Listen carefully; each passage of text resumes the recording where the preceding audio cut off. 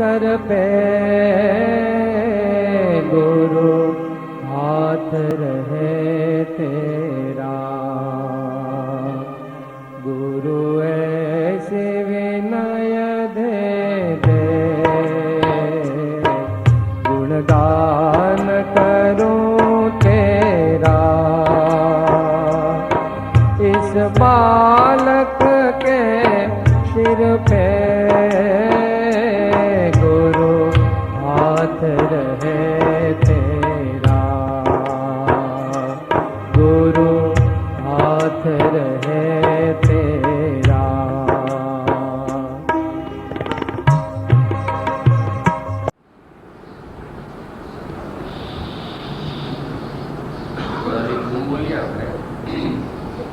देव हमारा श्री हरिहंत गुरु हमारा गुणियल संत। देव हमारा श्री हरिहंत गुरु हमारा गुणियल संत। देव हमारा श्री हरिहंत गुरु हमारा गुणियल संत। देव हमारा श्री हरिहंत गुरु हमारा गुणियल संत। देव हमारा श्री हरिहंत गुरु हमारा गुणियल संत।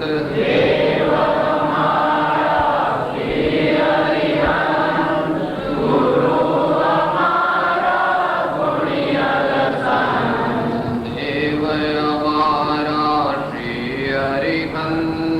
गुरु हमारा गुणियल संत।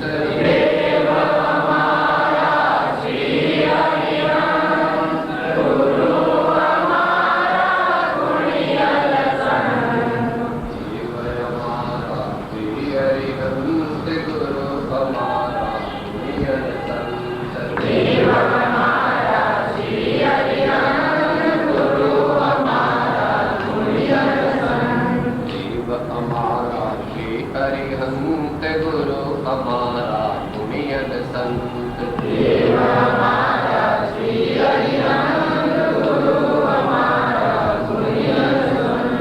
देव हमारा श्री हरिहंत गुरु हमारा गुणियल संत। देव हमारा श्री हरिहंत गुरु हमारा गुणियल संत।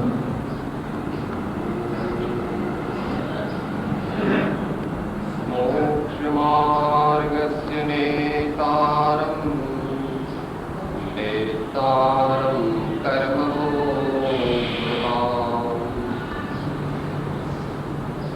ज्ञातारं विश्वतत्त्वानां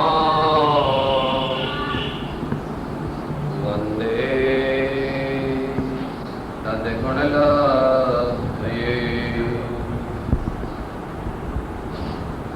अज्ञानतिमिरान्धानां ज्ञानाञ्जनशलाकया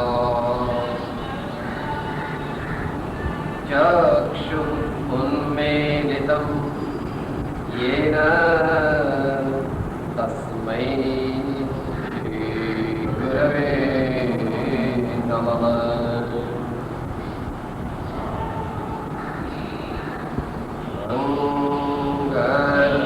मंगलमय मंगलकरण वीतरागविगण्यान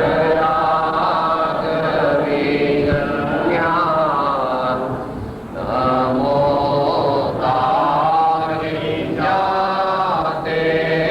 भये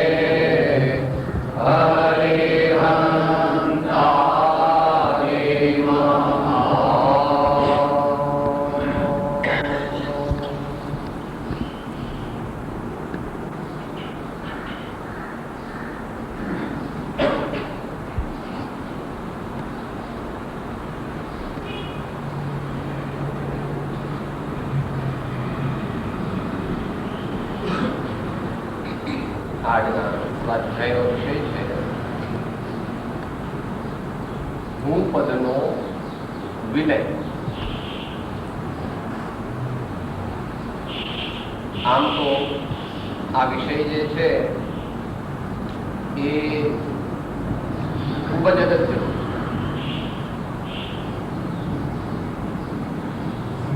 પૂછવામાં આવે શા માટે અગત્યનો? તો કે સર્વ સાધનાનું ફળ જે છે તે સાચા હુંની શ્રદ્ધા કરવી, સાચા હુંનું પરિજ્ઞાન એટલે સમ્યક જ્ઞાન પ્રાપ્ત કરવું અને સાચા હુંનો અનુભવ કરવો એ સર્વ સાધનાનું ફળ છે. અર્થાત સમસ્ત અધ્યાત્મ સાધના તે એમાં પરિણામ પામે તો તે સાધના સાચી. અને જો વધુ કરીએ પણ પોતાના સાચા સ્વરૂપનો નિર્ણય અને અનુભવ ન થાય તો જાણવું કે કથાંતર સાધના થઈ છે, લોક સંજ્ઞાએ થઈ છે, ભોગ સંજ્ઞાએ થઈ છે, સાત્વિક દ્રષ્ટિથી થઈ.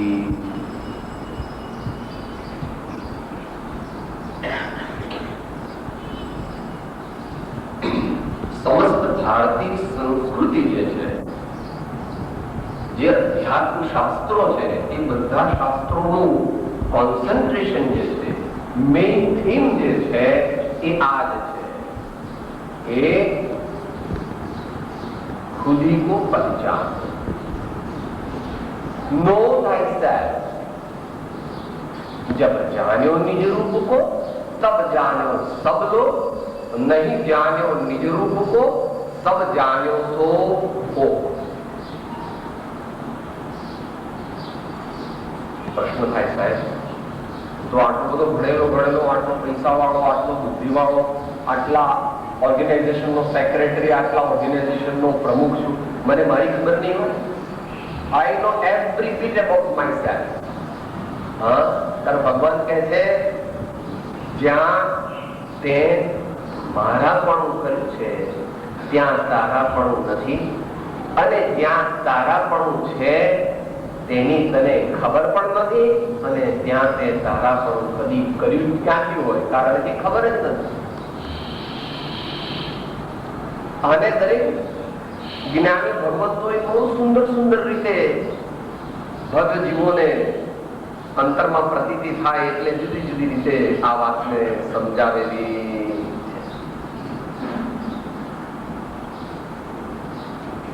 ગુજરાતીમાં પરમ કૃપાળુ શ્રીમદ રાજચંદ્રજી એને ઘણી જ સુંદર રીતે જુદી જુદી પદ્ધતિ આપણી સમક્ષ રજૂ કરી.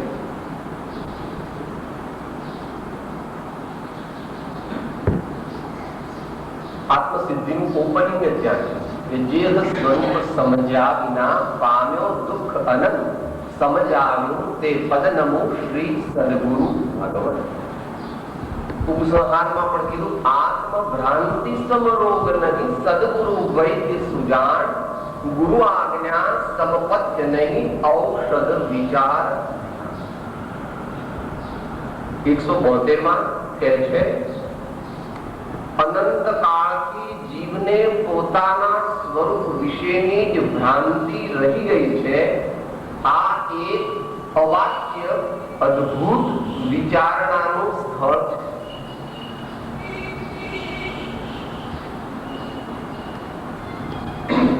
એકસો 8 કહે છે કે તારે દોષે તને બંધન છે, તારો દોષ એટલો કે પોતે પોતાને ભૂલી જવું અને અન્યને પોતાનું માનવું. તારો દોષ એટલો, જીવના દોષ તો અનંત છે, પણ મુખ્ય દોષ કયો? પોતે પોતાને ભૂલી જવું અને અન્યને પોતાનું માનવું. અને 200 માં પણ પહેલું વાક્ય એ પ્રમાણે લીધું છે.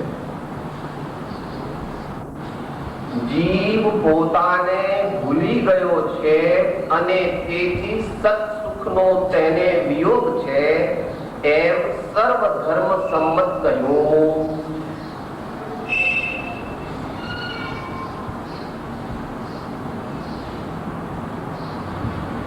આમ તો આત્મતત્વની સૂક્ષ્મ ચર્ચા પ્રાક ઐતિહાસિક કાળથી આ દેશમાં ચાલી આવે. 4 વેદ જે છે તે 4 વેદના 4 સારભૂત વાક્યો તેની પણ સેન્ટ્રલ થીમ આ છે.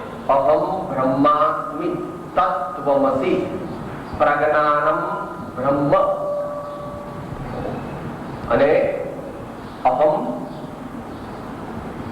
બ્રહ્માસ્મિ એટલે 4 વાક્યો જે 4 વેદના 4 સારભૂત જે લીધા છે એમાં પણ આ સેન્ટ્રલ થીમ લીધી છે કે ભાઈ તે જે ખોટી વાતને પકડી છે પ્રભુ અને સત્ય વસ્તુનો તો સ્વીકાર. જ્યાં તે હું પણ માન્યું છે ત્યાં તારું સાચું હું પણ છે અને જ્યાં તારું સાચું હું પણ છે તેને તું જાણતો નથી પ્રભુ, પણ ગમે તે ઉપાય કરીને જાણી લે. કારણ કે આવો યોગ, આવો મનુષ્ય ભાવ, આવો સર્વજ્ઞની વાણીનો, સદગુરુનો, સત્સંગનો, સતશાસ્ત્રનો અને કંઈક વળી બુદ્ધિ ધર્મની છબી એક અંશે એ પરમ દુર્લભ છે. માટે અત્યારે મચી પડવા જેવું છે. એમ જ્ઞાનીઓ કહે છે મચી પડવા જેવું. આચાર્ય શ્રી પ્રવચન સારની 92મી ગાથાની ટીકામાં પહેલું વાક્ય કહ્યું કે યદયમ સ્વયં આત્મા ધર્મો ભવતી સખલ્યેવ મનોરથ. અમારો મનોરથ એ છે કે અમને શુદ્ધાત્મ જ્ઞાનનો પ્રકાશ જે કયો છે તે પૂર્ણ ભાવ. કારણ કે એમને તો ત્યાં શુદ્ધાત્મ જ્ઞાનનો પ્રકાશ થઈ ગયો, એ પૂર્ણ ભાવ. આ સિવાય અમારે જીવનમાં કોઈ પણ પ્રકારની ભાવના, ઈચ્છા નથી.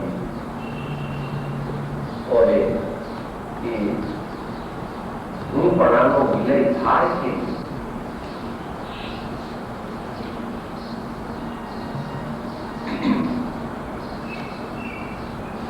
દ્રષ્ટાંત આવે છે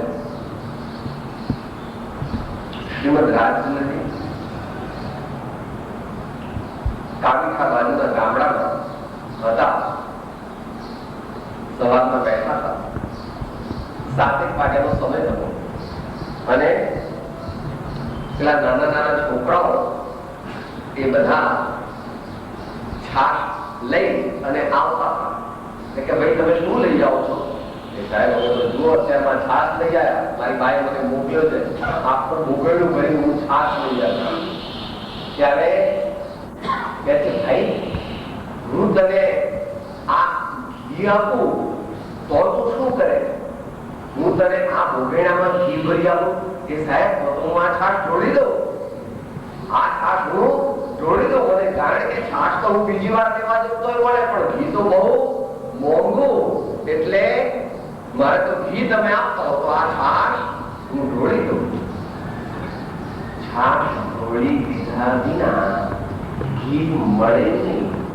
એમ જીવે જ્યાં ખોટું હુંપણું માન્યું છે તે હુંપણાની માન્યતા, માલિકીપણું, ઓનરશીપ, માઇન્ડનેસ, આઈનેસ, તીવ્ર ભોગ જ્યાં સુધી છોડે નહીં ત્યાં સુધી સાચા અહમની પ્રાપ્તિ થઈ શકે.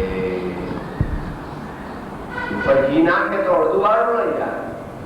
માટે છાશ ખાલી કરવી જ જોઈએ. આવું સર્વજ્ઞ ભગવાને પોતાના કેવળ જ્ઞાનની અંદર જોયું હતું. એટલે પૂર્ણ મોક્ષ માર્ગના પ્રતિપાદન અર્થે ભગવંતે 2 ભાવનાઓ આપી. એક અન્યત્વ ભાવના, જેથી કરીને જીવને જ્યાં ખોટું હુંપણું મને કર્યું છે ત્યાંથી પોતાને મેન્ટલી, ફિઝિકલી, મોરલી, સોશિયલી ડિસલોજ, જ્યાં જ્યાં પોતાને હું પણ થઈ ગયું છે ત્યાંથી પોતાની માન્યતા હટાવી લેવાની, છોડી દેવાની, બદલી નાખવાની. એને અન્યત્વ ભાવના ભગવાન પોતાની પદ્ધતિથી. અને જ્યાં પોતાનું સાચું હું પણ છે તેમાં એને સ્થાપવાની છે.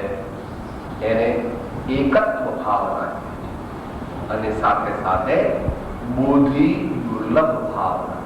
એકત્વ અને બોધિ દુર્લભ.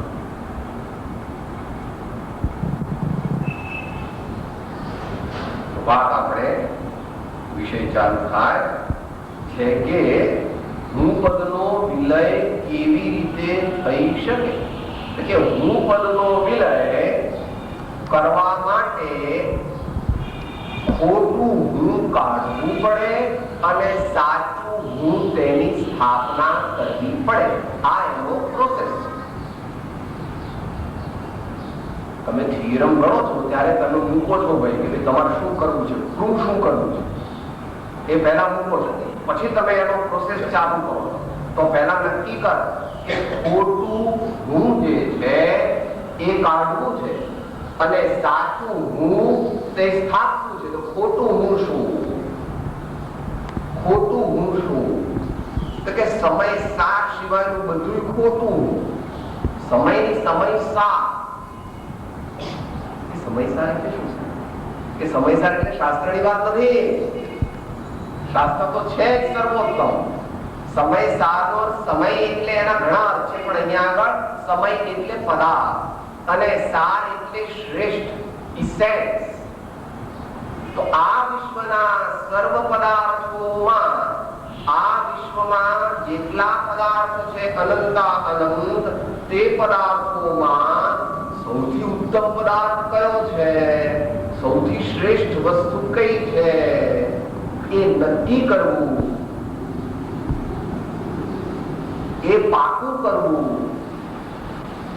અને પછી જે સત્ય છે તેનો પોતાના જીવનમાં શ્રદ્ધાના સ્તરે, અભ્યાસના સ્તરે, સુયુક્તિના સ્તરે, ગુરુગમના સ્તરે, એકાગ્રતાના સ્તરે અને તન્મયતાના સ્તરે જ્યારે તું અનુભવ કરીશ, ત્યારે તું ત્રણ લોકનો નાશ થવાની તૈયારીમાં થઈશ. એટલે કે ત્રણ લોકનો નાશ થવાના માર્ગ ઉપર તું ચડી ગયો હોઈશ. You will be on the highway where the speed limit ends. તમારે પેલું આવે છે ને કાળું, અને પછી આમ સ્પીડ લિમિટ ends. પછી ભગવાને તો પોતે મોટા પુરુષ છે એટલે શાસ્ત્રીય ભાષામાં કીધું, અબદ્ધનો કર્મ, બદ્ધનો કર્મ, દ્રવ્ય કર્મ અને ભાવ કર્મ આ બહારથી આવેલો કચરો છે. અબદ્ધનો કર્મ આપણે સાદી ભાષામાં બોલે, ભગવાન તો ભગવાનની ભાષામાં બોલે. ભગવાન મોટા પુરુષ છે. અબદ્ધનો કર્મ એટલે આ આત્મા સાથે એક ક્ષેત્રે, એક જગ્યાએ નહીં બંધાયેલા એવા દુનિયાના પદાર્થ. એટલે તારો બંગલો, તારી મોતરો, તારા દીકરા, તારી દીકરી, તારા માતા પિતા, તારા પતિ પત્ની, સોનું ચાંદી હીરા માણેક મોતી, ફ્લેટ, જમીનો, ખેતર વગેરે. એટલે તારા કપડા, ઘરેણા, સાડીઓ, સફારી સૂટ વગેરે આ બધું જે છે તેને ભગવાન તેમની ભાષામાં અબદ્ધનો કર્મ કહે.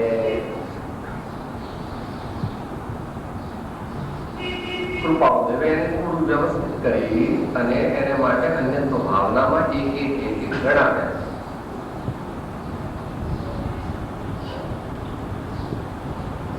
નામારા તન રૂપ તન જે છે તે બધાનું કર્મ છે. એ સિવાય નામારા તન રૂપ કાંતિ યુવતે ના પુત્ર કે પ્રાર્થના, નામારા કૃત સ્નેહ્યો સ્વજન ના ગોત્ર કે જ્ઞાતના, નામારા ધન ધામ મોહાત્મના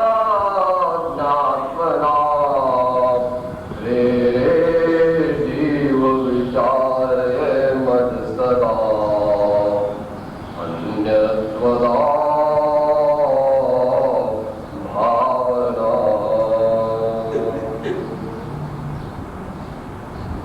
ઉપર ચોકડી મૂકી દેતા શ્રદ્ધામાં પહેલે સડાકે ડરવું નહીં. સાહેબ તો તમારા દીકરા જતા રહે, સાહેબ મારું કશું જતું નહીં રહે. તારી શ્રદ્ધામાં તું પહેલા એમ કહી દે કે દુનિયાનો કોઈ પણ પદાર્થ મારો નથી, પણ અહીંથી નહીં અને અહીંથી પણ નહીં. એકદમ તો ન કહેવાય, નક્કી કર. વાણિયાનું કામ નથી આવું. સાહેબ ભેગા એવું કરો, બધા દીકરા દીકરીની મારા પણ પેલી મારી નાની દીકરી છે ને બહુ મારી સેવા, એટલે એક ભલે નહીં ભરે, બાકી બધું તમે લઈ જાઓ. કોઈને લેવાનું નથી, કોઈને દેવાનું નથી. બાપા તારી જે માન્યતા છે પ્રભુ, એ માન્યતા તું ભૂલી જાય. કારણ કે માન્યતા તું ગમે તેટલી રાખે પણ એ અયથાર્થ હોવાને લીધે કાં તો એ જતા રહેશે કાં તો તું જતો રહીશ. કારણ કે તમારો સંબંધ માત્ર સંયોગ સંબંધ છે પ્રભુ. તારો સંબંધ તે સ્વસ્વામી સંબંધ છે નહીં, સહજ જ્ઞાતા જ્ઞેય સંબંધ છે. પરંતુ સ્વસ્વામી સંબંધ એક ટકો પણ તું આપણે માથું પછાડી, આપણો દીકરો બહુ માંદો હોય, આપણે માથું પછાડી દીકરો સાજો થઈ જાય એવો નિયમ કરો.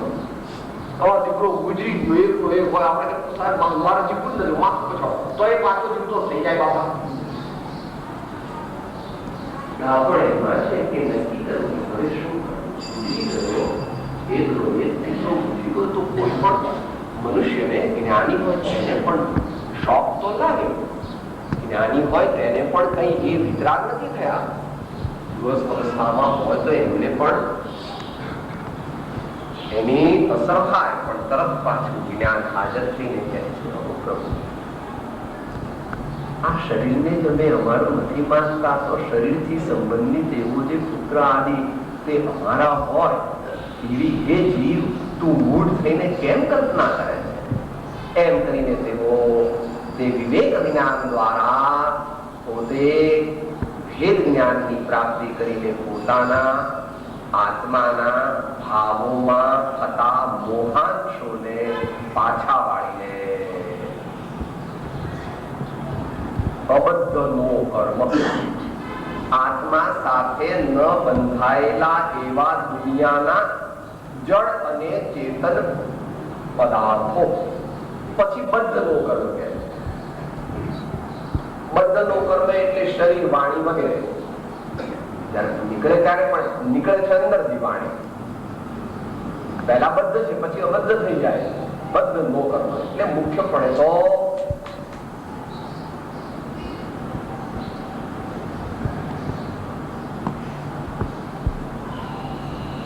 થોડી વિચારણા, ગંભીર વિચારણા.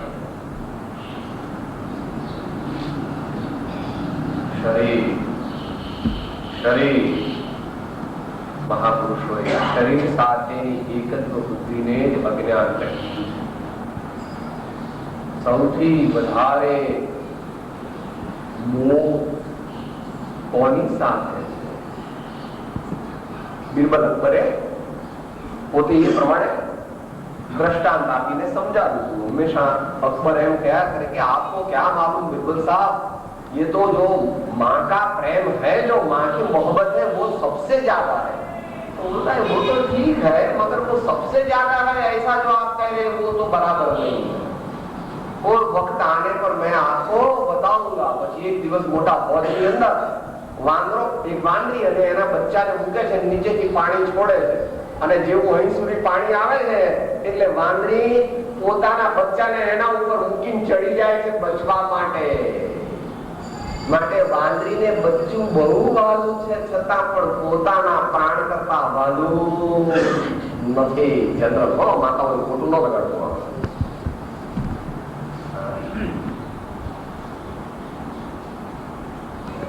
જીવને અનાદિ કાળના કુસંસ્કારોના પ્રભાવથી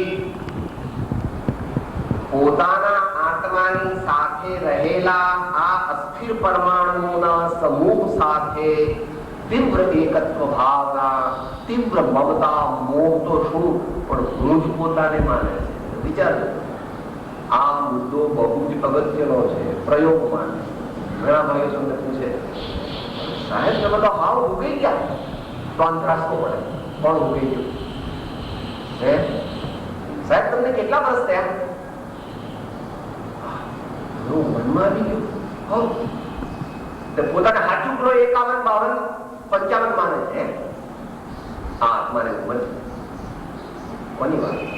પણ શરીર તે હું અને હું તે શરીર, તે છઠ્ઠા દિવસથી, આ જન્મના છઠ્ઠા દિવસથી બધા પહેલા 5 દિવસનો બાપો બાપો કરતા હતા. પછી ફોઈએ પેલું નામ પાડ્યું કે રમેશ કે સુરેશ કે રસિક કે કાંતા કે શાંતા. ત્યારથી આ ગોપવા મળ્યો, હું કાંતા, હું રસિક, હું સુરેશ. અને પૂર્વના સંસ્કાર તો શરીરના હુંપણાના છે, એમાં આ ભાવના સંસ્કાર છઠ્ઠા દિવસથી આજ સુધી ચાલ્યા આવે. પણ એ સર્વ પ્રકારે આ જીવને ભૂલાવીને સંસારમાં, દુઃખમાં, આદિ વ્યાધિ ઉપાધિમાં રખડાવીને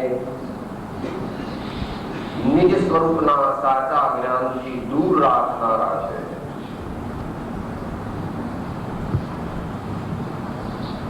પ્રથમ દેહ દ્રષ્ટિ હતી તેથી ભાસ્યો દેહ, હવે દ્રષ્ટિ થઈ આત્મમાં ગયો દેહથી ને. સદગુરુના ઉપદેશથી આવ્યો અપૂર્વ ભાન, નિજ પદ નિજ માની લયું, દૂર થયું અજ્ઞાન. ભાસ્યું નિજ સ્વરૂપ તે શુદ્ધ ચેતનારૂપ, અજર અમર અવિનાશી ને દેહાતીત સ્વરૂપ. છૂટે દેહાધ્યાસ તો નહીં કરતા તું કર્મ, નહીં ભોગતા તું દેહનો એ જ ધર્મનો મર્મ. દેહ નહીં મન વાણી નહીં હોતે મનો કારણ નહીં, કરતા ન કારણતા અનુમંતા છું કરતા નો નહીં. ખોટા ગુનો વિલય, આખો દિવસ એની પ્રક્રિયા ચાલુ રાખીએ તો જ એ ખોટું ગુણ વિલય થાય. અને તે પણ મહાપુરુષો કહે છે આ કાળે it takes 1 or 2 decades in order to establish oneself in one's true self, and for giving up the attachment for this wretched neighbor, it takes a long time. હસાવવાની અને મજાની ભાષામાં બનારસદાસજીએ લખ્યું, દેહી અચેતન પ્રેત દરી રજ રેત ભરી મલ ખેત કી ક્યારી, व्याधि की पोट अराधि की पोट उपाधि की जोट समाधि सो न्यारी. रे जीव देह करे सुख हानि ते पर तो ही तो लागत प्यारी. देह तो ही त्यजे निदान पे तू ही त्यजे क्यों न देह की यारी. नोटिस तो आपने मानता नहीं, કેટલી નોટિસ વાળી આપણે વાત હે. વાળ ધોળા થઈ ગયા, દાંત પડી ગયા, સાંધામાં દુખાવા થવા માંડ્યા, સંભળવામાં પણ હે હે હે 3 વાર કરે તારે સંભળાય છે, મોતૈયો આવી ગયો. અનેક પ્રકારના આ બધી નોટિસ પણ જીવ મહાન અજ્ઞાનની અંદર ડૂબેલો, અને જેટલા એની આજુબાજુ છે એ વળી એનાથી પણ વધારે થઈ ગયા. એવું છે ભાઈ, પોતાના સ્વજનોને હું એવું કહેવું ને, તમ તાર ખૂબ ખાવ પછી ઊંઘી જાવ, તમ તાર ખૂબ ખાવ ને ઊંઘી જાવ, એવું ન કહેવાય. આપણાને મુમુક્ષુ હોય તે ખવડાવે યોગ્ય, પેટ ભરીને જમવા. મોક્ષનો માર્ગ બતાવે તે મૈત્રી, જેને આપણે આપણા મિત્ર જાણીએ છીએ તે મિત્ર નથી. તો આમ તો અહીં તો નિર્ગ્રંથ જ્ઞાની પુરુષોની સંતોની વાણી બોલી તો બધાને જરા ગુસ્સો આવી ગયા. આત્માનું શાસનમાં કહે છે તું બંધુઓ જેને માને છે તે બંધુ નથી પણ શત્રુ. કારણ કે આના પ્રત્યે દરેક જણ મોહ આપણને પાકો કરાવે છે, એમને ખબર નથી. એ કઈ ઇન્ટેન્શનલી એમનો તો ભાવ એવો છે કે તમે સુખી થાઓ, પણ એમને પોતાને જ ખબર નથી કે સુખ એટલે શું. જૈસા જોગી વૈસા માગી મકવાણી. અજ્ઞાની કે અજ્ઞાની બધા ભેગા પડ્યા તો અજ્ઞાન નું પોષણ કરે એ જ્ઞાની કહે છે छोड़ दो इस देह के महत्व को. जिस वज्र शुद्धाहा सवनन के प्रति तीर्थंकर के महत्व नहीं करते हैं तो तेरे तुच्छ इस हल्के प्रकार के शरीर के प्रति तेरे को मोह है, यही तेरा सबसे बड़ा अज्ञान है, यही तेरी मोक्ष मार्ग में सबसे बड़ी रुकावट है.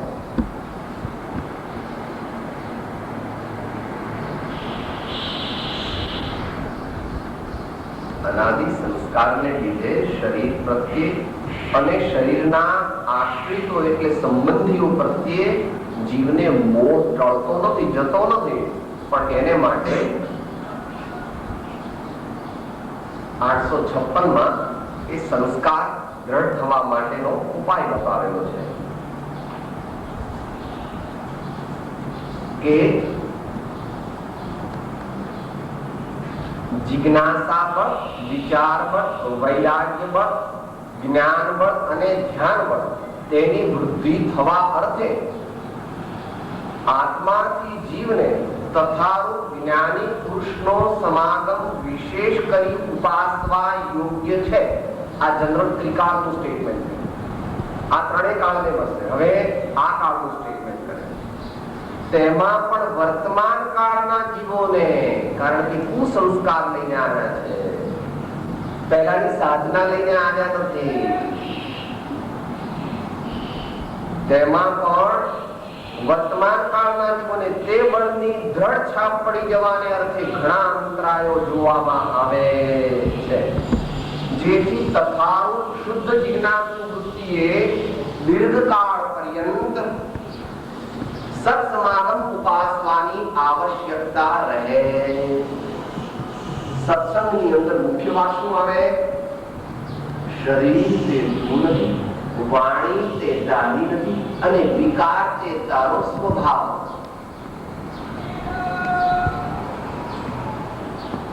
જે શરીરને પોતાનું માને છે તેનું અજ્ઞાન દ્રઢ થાય છે, તેને સાચા આત્મજ્ઞાનની પ્રાપ્તિ. વાણી આદિને જે પોતાનું માને છે તે જીવ નિવૃત્તિ અજ્ઞાન છે, કારણ કે વાણી એટલે શબ્દ અને શબ્દ એટલે ભાષા વર્ગના પરમાણુ, તેનો જે સ્વામી થાય તે નિવૃત્તિ અજ્ઞાની હોય છે. અને ત્રીજું વિકાર. વિકાર એટલે કામ, ક્રોધ, લોભ, મોહ, મદ, મત્સર, નિંદા, ઈર્ષા વગેરે. અને કથનચિત એમાં દયા આદિ ભાવ પણ નહીં લેવા.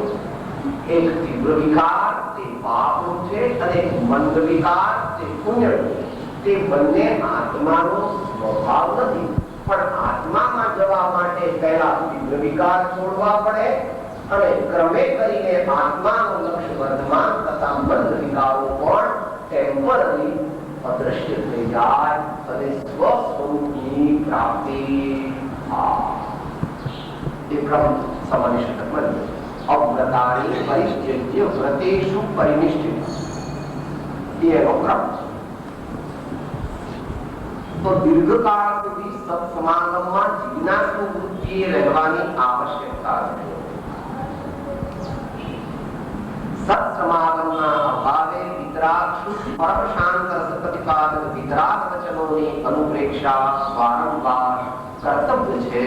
ચિત્ત સ્થૈર્ય માટે તે પરમ ઔષધ છે.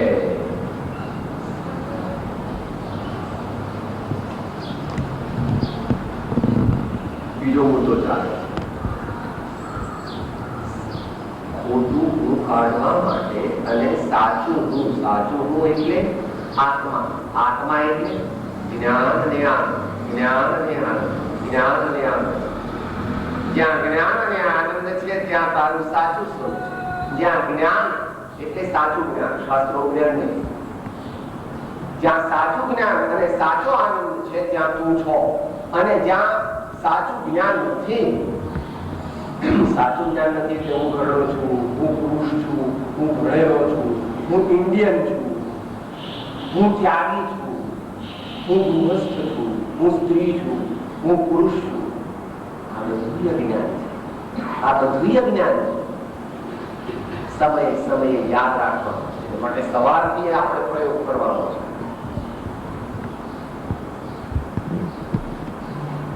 પ્રયોગ વિશે 5 મિનિટ લઈ અને પછી સમાપ્તિ સાથે પ્રયોગ. પ્રભુ ભગવાનનો માર્ગ તો પ્રયોગરૂપ છે. ભગવાન સર્વજ્ઞ પ્રભુ અને તેમના માર્ગે ચાલનારા જ્ઞાની ભગવંતો તો પ્રયોગવીર કહેવાયા છે. ભગવાન પ્રયોગવીર હતા. ચોપડી લઈને ફરતા નહોતા. જોકે એ મોટા પુરુષ હતા. શાસ્ત્ર તો પૂજ્ય છે. આત્માનું પ્રત્ય વિજ્ઞાન કરવા માટે જરૂરી હોવાથી શાસ્ત્ર તે આપણા માટે જરૂરી છે, પૂજ્ય છે. પરંતુ તેમાં અટકી જાય તો તેને આત્મતત્વની પોતાના સાચા સ્વરૂપનો અનુભવ કે શ્રદ્ધા થઈ શકે. પહેલા સવારે આંખ ઉગડે ત્યારે વિચાર કરે, જેવી આંખ ઉગડી, ભલે ઘૂંટણમાં દુખે છે, કમરમાં દુખે છે, મોઢામાં જરા આમ પાસી લાગે છે મોઢું, એ વખતે અંદરમાં શું વિચાર કરવો? એ તો તારી સ્થિતિ પર આધાર છે. તારી સ્થિતિ પર આધ્યાત્મિક વિકાસ દરેક જીવનો એક સરખો નથી. કાં તો ગુરુદેવના ચરણનું સ્મરણ કર, કાં તો પરમાત્મા સર્વજ્ઞ પ્રભુના ચરણનું સ્મરણ કર, અને જો તારી વિશેષ યોગ્યતા હોય તો જેમાં એ દુખાવો છલકે છે અથવા મોઢું વાસી છે એવું જ્ઞાન જે તત્વમાં થયું તે તત્વ તે પૂછો એનો જાણો એ પ્રમાણેની એક શક્તિ, એક અભ્યાસ તું પેદા કર, કેળવ. આ મુખ્ય વાત છે. પછી તો બ્રશ, દાંતણ, મંજન, કોગળા જે તું કરતો હોય એ કરતા પહેલા હું બ્રશ કરું છે વિચાર ન કરું. આ ડેન્ચર ને સાફ કરું. સાહેબ તમારા ડેન્ચર છે, મારા તો 32 કાળ. અરે બાપા એ ડેન્ચર જ છે. હે પછી ચા પાણી પીવા બેસે ત્યારે પણ પહેલા યાદ કરવા પરમાત્માને. ખાખરો લે કે દૂધ લે કે ચા લે કે રામ લે કે જે લે, બીજું તો લેવાય નહીં આપણે. તમારા સુરતમાં શું ખબર નથી, અત્યારે વાહ ઊંધો ચાલે છે. આપણે તો ન જ લેવાય જાણે, પણ આપણા દીકરા દીકરી, આપણા દીકરાઓ, તેને માટે તમારે મહેનત વધારે કરવાની. તમારે ઘરમાં 10-12 જાતના નાસ્તા કરીને રાખવા તૈયાર, એટલે પછી છોકરાઓને બીજો વાંધો જ નહીં. 2-3 જાતના શક્કરપારા, 2-3 જાતની પૂરી, 2-3 જાતનો ચેવડો, 2-3 જાતની મીઠાઈ, 2-3 જાતના ખાખરા, બધું એ ન રાખો તો પછી બધા પૂરણપોળી કાઢે, શું આપી પકોડી પૂરી ને એવું બધું બહાર ખાય અથવા એવું બધું.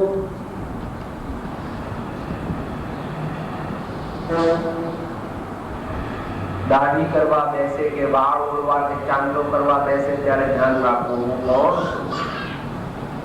દાઢી કરવી એટલે શું? થોડો વખત પછી જે લાકડા બાળવાના છે તેના પર બહુ રંધા મારવાની જરૂર. એમ અંદરમાં વિચાર કરવો, અને થોડા વખત પછી બાળી નાખશે તો એ બાળવા વાળી વસ્તુ જે છે તેને રંધા બહુ મારવાની જરૂર નથી. હા, સમાજમાં રહીએ છીએ એટલે એવરેજ પ્રેઝન્ટેબિલિટી હોવી જોઈએ. એ એક લોક વ્યવહાર, એ લોક વ્યવહાર છે કે એવરેજ પ્રેઝન્ટેબિલિટી હોવી જોઈએ. પણ એની પાછળ મોહ, એની પાછળ બહુ વધારે પડતો પરિશ્રમ, પ્રેમ હોના જ નહીં જાણે. પછી નાવા બેસે ત્યારે વિચારો, હું નાઉં છું એમ નહીં, શરીર ધોવું છું. હું નાઉં છું એમ વિચાર ન કરવો. શરીર ધોવું છું, જેમ પહેલા સિંક સાફ કર્યું અને ટાઇલ્સ સાફ કર્યા એવી રીતે હવે આ નજીકના ટાઇલ્સ સાફ કરો. આ ટાઇલ્સ સાફ કરું છું એમ અંદરમાં માનીને સ્નાન કરવું ગૃહસ્થને તો જરૂરી છે, ભગવાનની પૂજા કરવા માટે પણ જરૂરી છે, અને અન્ય એવી વ્યવસ્થા છે ગૃહસ્થ અવસ્થા. પછી આખા દિવસની વાત નથી કરતા, સમજી લીધી તારે કે ઘેરથી નીકળે કામ કરવા પહેલા તે વખતે, ત્યાર પછી જયારે જમવા આવે ત્યારે 12 વાગે 11 વાગે 12 વાગે 1 વાગે જયારે બપોરે કઈ લેતો હોય, લીંબુનું પાણી, ઉકાળો, ચા, કોફી તે વખતે, પછી સાંજના જયારે જમવાનું લે ત્યારે આ બધી વખતે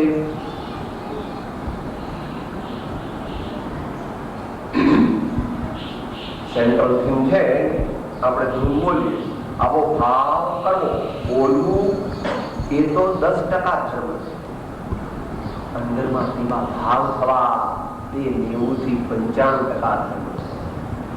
બોલવું એ નિશ્ચયથી આપણી પોતાની ક્રિયા નથી, પરંતુ અંદરમાં ભાવ કરવા તે આપણી પોતાની ક્રિયા છે. બોલવું તે જીભ એટલે શરીરની ક્રિયા છે, અને ભાવ કરવા તે આત્માની ક્રિયા છે. વિચાર કરવા, ભાવ કરવા, ભાવ નિર્મળ કરવા. તો એ ધૂન બોલીએ એ આજની સેન્ટ્રલ થીમ છે. હું તો આત્મા છું, જડ શરીર નથી. હું તો આત્મા છું, જડ શરીર નથી. હું તો આત્મા છું, જડ શરીર નથી. હું તો આત્મા છું, જડ શરીર નથી. શરીર મસાણ નિરાખનો ઢગલો. શરીર મસાણ નિરાખનો ઢગલો. શરીર મસાણ નિરાખનો ઢગલો. શરીર મસાણ નિરાખનો ઢગલો.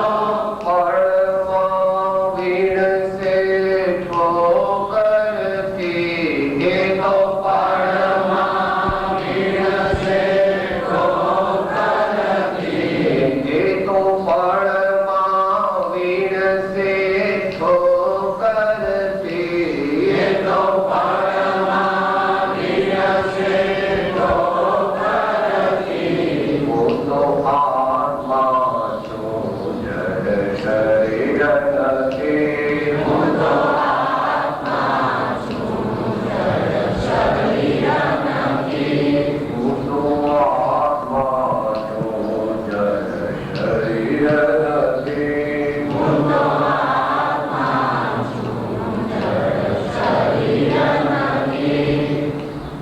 થોડું ગહન છે, થોડું ગહન અધ્યાત્મ છે પ્રભુ. પહેલા તો શરીર પ્રત્યેની મમતા છોડવા માટે અને જગતના પદાર્થો પ્રત્યેની મમતા છોડવા માટે પરમાત્મા સાથે મમતા કરવી આવશ્યક. દેવ ગુરુ ધર્મ પ્રત્યે મમતા કરવી આવશ્યક છે. નહીં તો કદાપી આ જગતના પદાર્થો પ્રત્યેનો મોહ છૂટશે જ નહીં. આપણે ગમે એટલું કહીએ આ બધા મારા નથી, આ બધા નકામા છે, આ બધા મને મોહ કરાવે, ગમે એટલું બોલ દેજો. નાસ્તિ તે મુખ્ય ધર્મ નથી, અસ્તિ તે મુખ્ય ધર્મ છે. વિધેયાત્મક ધર્મ તે મુખ્ય છે, નકારાત્મક ધર્મ તે ગૌણ છે. ખરા બંને માટે महापुरुष કહે છે તન સે મન સે ધન સે સદ સે ગુરુદેવ કી આન સ્વ આત્મ બસે તબ કારજ સિદ્ધ બને અપનો રસ અમૃત પાવહી પ્રેમ. અને પરમાત્મા કહે છે, પરમાત્મા માટે કહે છે પર પ્રેમ પ્રવાહ बढ़े प्रभु से सब आगम भेद सु पूर्व से. જેણે દેહ પ્રત્યેનો, કુટુંબ પ્રત્યેનો, જગતના પદાર્થો પ્રત્યેનો મોહ ખરેખર છોડવાનો પ્રામાણિક પ્રયત્ન કરવો હોય તેણે પરમાત્મા પ્રત્યે, સંતો પ્રત્યે, સદગુરુ પ્રત્યે અને ધર્મશાસ્ત્રો પ્રત્યે વિશેષ પ્રકારનો ભાવ, વિશુદ્ધ ભાવથી તેમના પ્રત્યે સમર્પણ ભાવ કરવો. પ્રીતિ અનંતી ફળ થકી તે તોડે હો તે જોડે, અથવા 331માં એનું આખું વૈજ્ઞાનિક વર્ણન લીધું છે. અત્યારે સમયના અભાવને કારણે આપણે એ લેતા નથી, પણ ભાઈઓએ, અભ્યાસી જીવોએ વિચાર 331 બે વાત પૂરી થઈ. અબદ્ધ નો કર્મ સાથે હું પણ થયું છે તે છોડવું, બદ્ધ નો કર્મ સાથે હું પણ થઈ ગયું છે તે છોડવું, અને વિકાર સાથે, દ્રવ્ય કર્મો તો છે પણ દ્રવ્ય કર્મો આપણા જ્ઞાનનો વિષય નથી, પ્રત્યક્ષ જ્ઞાનનો વિષય નથી, તો વિકાર સાથે એકત્ર થઈ ગયું. વિચારો, વિકાર સાથે એકત્ર થઈ છે કે નહીં? જરાક સૂક્ષ્મ છે, પણ વિષય પૂર્ણ થવા માટે એ અત્યારે એનું સંકલન નહીં કરી લઈએ. જરા છે સૂક્ષ્મ. તું એમ માને છે કે સાહેબ હું તો ગુલાબ જામુન ખાઉં તો મને એટલી મજા આવે છે કે વાત કરો. સાહેબ પૂરણપોળી ખાઉં ને ત્યારે બહુ મજા આવે. સાહેબ મારા દીકરાના લગ્ન હોય ને પછી હું પેલું આ શેરવાણી પહેરીને આમ સાફો બાફો પહેરીને આમ નીકળું ને મને બહુ મજા આવે સાહેબ. બધા લોકો આમ બધા કે પેલા વરરાજાના બાપા, પેલા વરરાજાના બાપા. શું કે છે ને, ગુલાબ જામુન, પૂરણપોળી અને આ શેરવાણી અને સાફો તને બહુ સારા લાગે છે. હવે નિશ્ચિત પરમાત્મા સૂક્ષ્મ નથી. પૂરણપોળી તારાથી દૂર છે, ગુલાબ જામુન તારાથી દૂર છે. પ્રભુ તને જે સ્વાદ આવે છે ને એ સ્વાદ તો તારું ચૈતન્ય જે છે એ તારું ચૈતન્ય રસના ઇન્દ્રિયની લંપટતાની પરાધીનપણાને પામતું થવું વિકારમાં રાચે છે. એટલે તને પૂરણપોળી કે ગુલાબ જાંબુ ખાવામાં મજા આવે.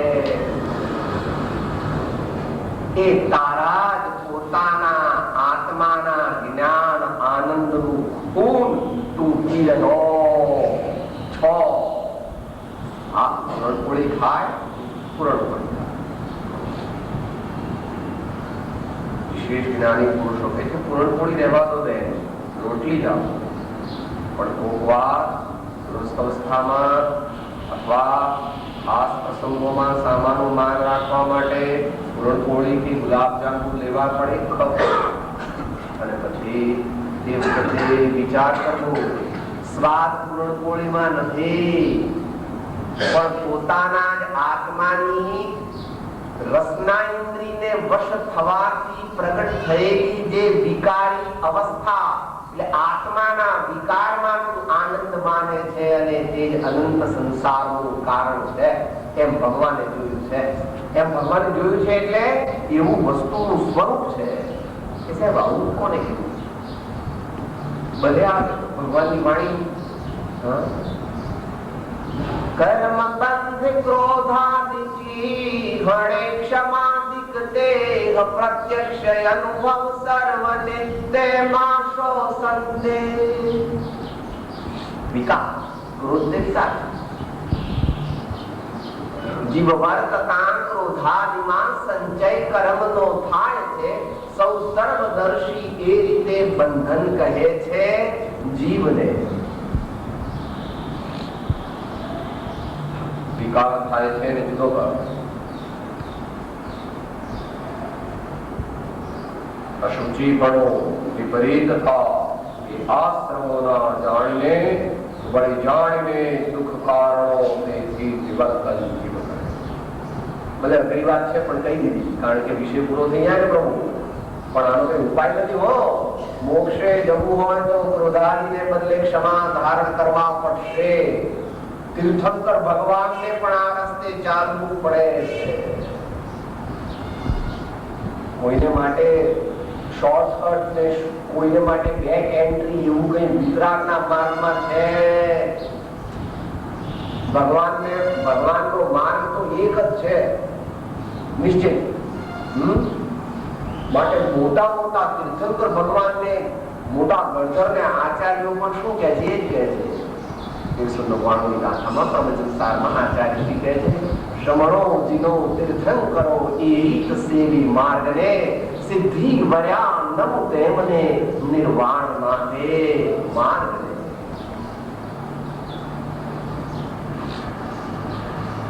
સમાપ્તિ અવસરમાં યાદ કરી શું આજે આપણે વિચાર્યું. જ્યાં સુધી દીકરો મારો, બંગલો મારો, મોજ મારી, સોનું ચાંદી હીરા મારા, ફ્લેટ જમીનો મારી, પૈસા થઈ. It is a socio-economic arrangement. It is not truth. It is not absolute truth. Rather, it is the reverse of the truth. જે જીવ લોક પ્રતિબંધમાં, સ્વજન પ્રતિબંધમાં ખેરી જાય છે, એટલે અટવાઈ જાય છે, એ નષ્ટ થઈ જાય. હવે આવ્યો દેહ પ્રતિબંધ, બંધનો કર્મ. શરીરને શરીરના બળને, વચનને વચનના બળને, ઇન્દ્રિયોને ઇન્દ્રિયોના બળને અને બુદ્ધિને બુદ્ધિના બળને પોતાનું માને છે. તો બુદ્ધિનું બળ જે છે, તારું બુદ્ધિનું બળ જે છે, તો પૂર્વ પુણ્યનો યોગ છે. એ કઈ સાચું નથી. અને છેવટે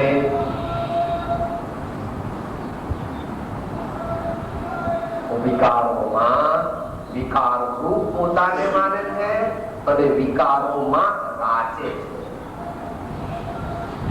વિકારનું ને પોતાનું સ્વરૂપ માને છે, વિકારમાં રાચે છે.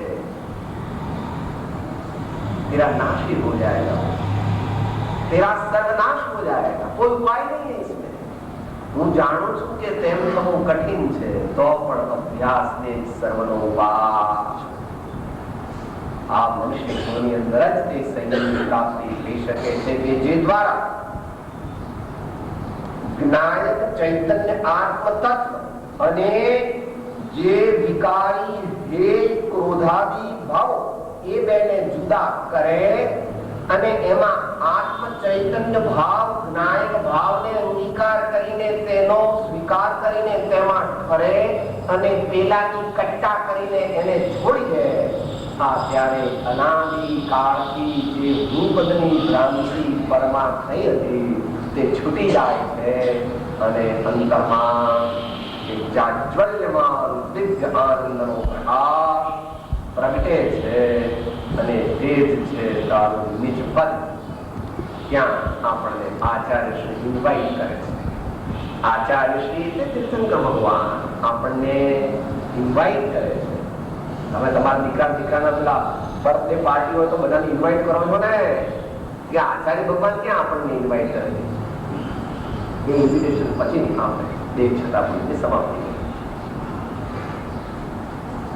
આ સંસારા પ્રતિપદમી રાગિણો નિત્યમત્તા સુપુતા યસ્મિન અપદમ પદમ તદ વિબુદ્ધિયદુપમ અંધા એતૈતે તં પદમિદમિદં યત્ર ચૈતન્ય ધાતુ શુદ્ધઃ શુદ્ધઃ સ્વરત ભરતઃ સ્થાયી ભાવત્વમેધિ. લગભગ એનો ભાવાનુવાદ ઢાળામાં કરેલો છે. એટલે જે ભાઈઓને સંસ્કૃતનો ખ્યાલ નથી એને માટે યહ રાગ યાદ હૈ સદા કાતે સમામૃત સેયે ચિર ભજે વિષય કષાય અબ તો ત્યાગ નિજ પદ પેયે कहा रच्यो पर पद में न तेरो पद यह क्यों दुख सहे अब तौल हो सुखी स्वपद रचिता मत को यह અબદૌલ હો સુખી સ્વપદ રચી દાવ મત ચૂકો યહે. હે જીવ, બ્રહ્મામાં તને સત્ય કહું છું, સુખ અંતરમાં છે, બહાર શોધવાથી મળશે નહીં. અંતરનું સુખ અંતરની સમશ્રેણીમાં છે. દેખવા બાહ્ય પદાર્થનું આશ્ચર્ય સાચા શુદ્ધ ચૈતન્ય ભાવને આપણે જીવનમાં અંગીકાર કરીએ. જ્યાં સુધી તેટલી શક્તિ ના આવે ત્યાં સુધી હું પરમાત્માનો સેવક છું, હું સંતોનો સેવક છું, હું પરમાત્માનો સેવક છું, હું સંતોનો સેવક છું, એમ નિરંતર યાદ રાખીએ અને ક્રમે કરીને જે આત્મભાવનાને વધારીએ. એ આપણા જીવનનું મુખ્ય આધ્યાત્મિક લક્ષ્ય.